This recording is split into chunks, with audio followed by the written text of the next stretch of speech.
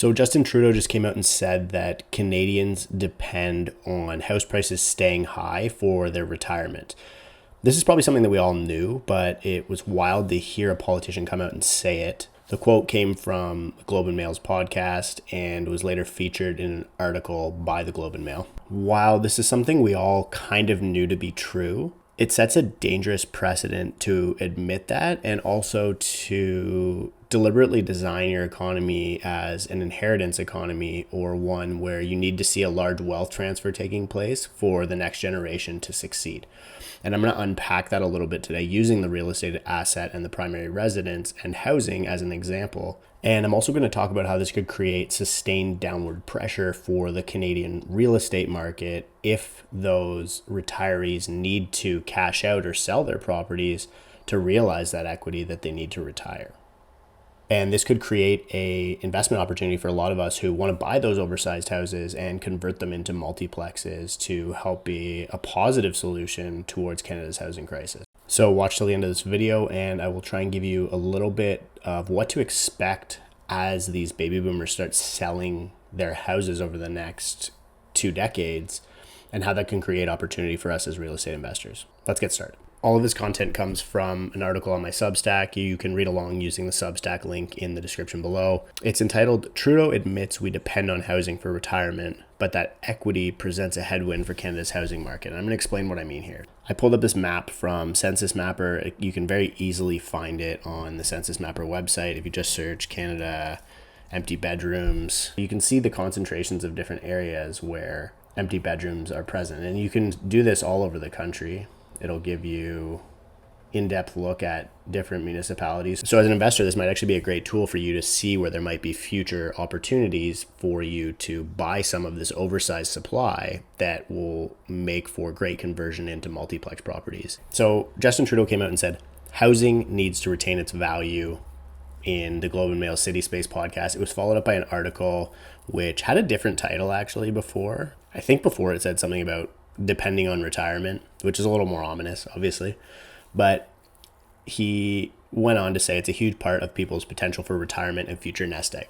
I get that. And I totally agree and believe that real estate is a wealth building tool for Canadians. I didn't think we'd ever hear a politician publicly proclaim their support for this generational wealth and housing disparity that especially was created by their own policies, especially in the middle of a housing crisis. But here we are. They have the by-election in Toronto, which is mostly populated by wealthy homeowners. And so you kind of have to pander to that base a little bit. The big piece from my perspective of how as a politician you can afford to sell out the younger generation who can't afford houses by pandering to homeowners is it's a very, very clear reason. 66% of Canadians own their houses. Homeowners are the largest categorizable group of voters that you can find in Canada. And so politicians are going to support the needs of homeowners because it's greater than half of the percentage of the total population in Canada. You can see that on this chart here. It has been declining slowly since 2019. And as you know, if you've followed this channel for a long time, my long-term prediction is that this is going to fall indefinitely in Canada. While you think that this lower trend of homeownership rate would be an issue for politicians, they don't really care because young people haven't showed up to vote in a meaningful way. The last time they did was when Trudeau was elected the first time, and they were very much responsible for that, and then they haven't really showed up meaningfully since then. And as a percentage of our total cohort or age category, we show up far less than anybody else. And so many politicians don't really feel that young people are a deciding factor in past elections. Now, this next election is going to be different because you'll have the Gen Z who has been entirely marginalized out of homeownership moving into the electorate for the first time. And I think that they're going to be a big deciding factor in the next election. And I do think that this is short-sighted or myopic in the government's perspective. And you know, if you've watched my last 2 videos or if you read my Substack, that I called this perspective that Trudeau finally proclaimed for the past 2 posts, that the government is deliberately trying to prop up the housing market. And he finally came out and said housing needs to retain its value. We've arrived at the point where millennials are now becoming the sacrificial lamb on the altar of this stable retirement for boomers. And don't get me wrong, there is a economic benefit to that because boomers who have stable retirements depend on us less to take care of them. And so we can go and economize and do all of these things, but it comes at a high cost of us losing homeownership and that wealth building tool of our own in present day. When you look at Canada's population pyramid, it's really more like a hourglass. It's hilariously named in that regard because they always felt like it would look like a pyramid in which, there was fewer people at the top and more people at the bottom, more kids being born, less old people surviving. But it's really got these two big identifiable humps in it. And those groups are 25% of our population approximately is baby boomers, and then just over 20% would be millennials. In this model, the largest demographic in Canada depends on the second largest demographic in Canada to keep the asset values inflated. Here's the problem with that.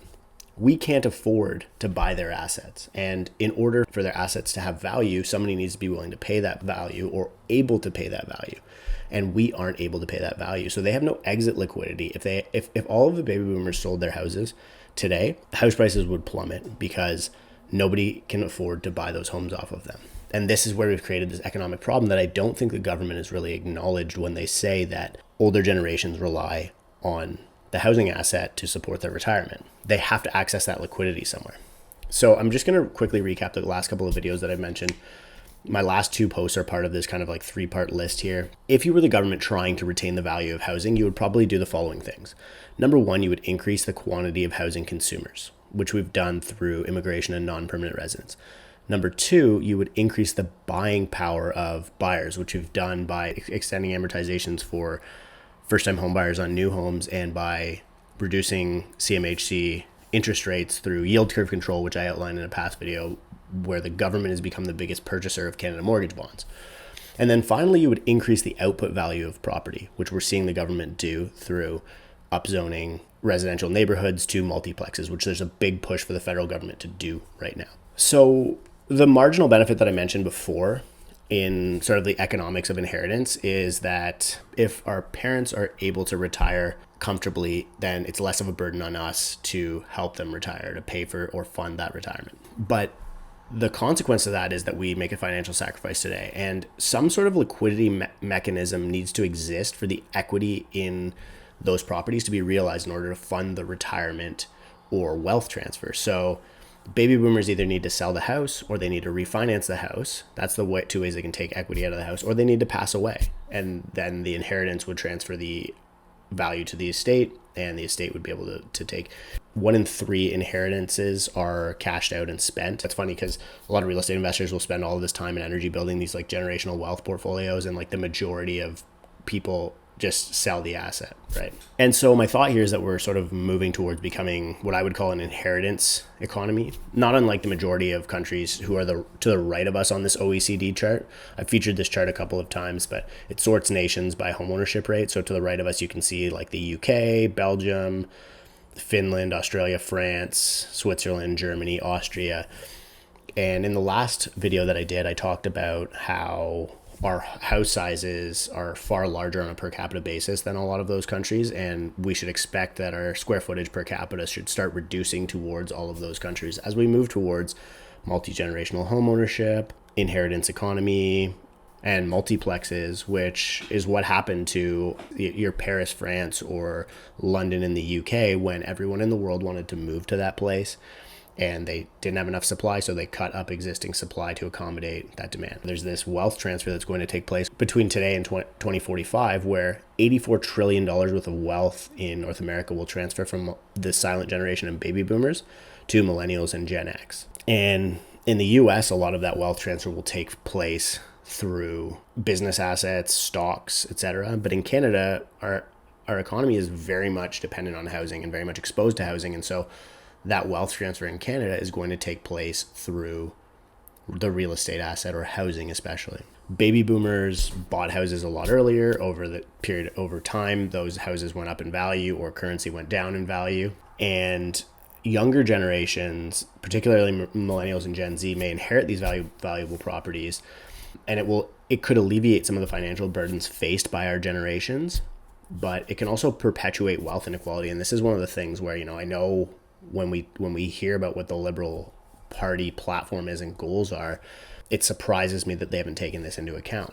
An inheritance economy can lead to increased economic stratification because everybody at the bottom is waiting around for their past generations, in which those were periods of time when there was much greater income, wealth, and racial inequality during the times when those assets were amassed, to hand them down to the next generation. And so you're basically taking history and the history of capital and just porting it to the next generation. Washington Post did a really good piece on this where it shows how inheritances tend to follow the money, and they show the percentage by the share of populace who have received an inheritance by race, by education. Persons of color are disproportionately impacted negatively. There's obviously a huge gap between people with high school or less compared to college or university degree.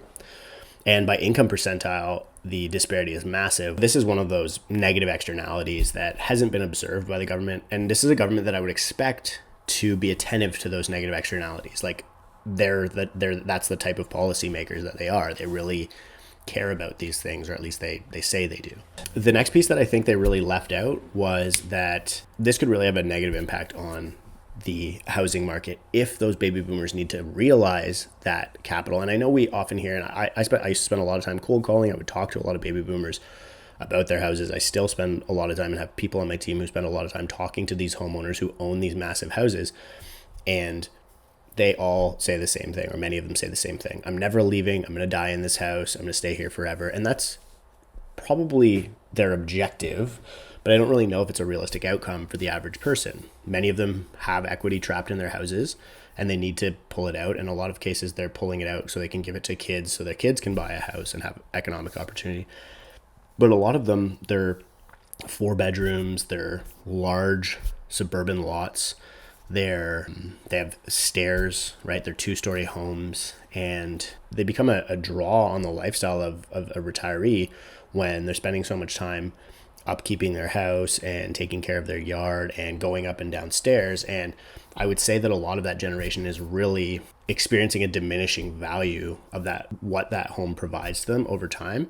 For the most part, a lot of them want to stay in that house as long as they can before they downsize to a bungalow or a condo, and then eventually go into a home or age in place in those smaller units. There's actually data on the impact of this. So there's this report from CanCIA that I quoted here that says, understanding the forces of driving the shelter affordability issue. Over half of Ontarians and 3/4 of those aged 65 plus, so your seniors, the retirees that I'm referring to here, and the retirees that Justin Trudeau was referring to, have too many bedrooms. So 75% of seniors have too many bedrooms. There are over 5 million spare bedrooms in Ontario, equivalent to 25 years worth of construction. We have almost enough housing to fix the housing crisis. We don't have a housing affordability issue necessarily. We have a square footage allocation issue where you have a lot of people who own a lot of house who are now refusing to liquidate that. Now we're saying they depend on it for their retirement. Here's the challenge. The challenge with Trudeau's comments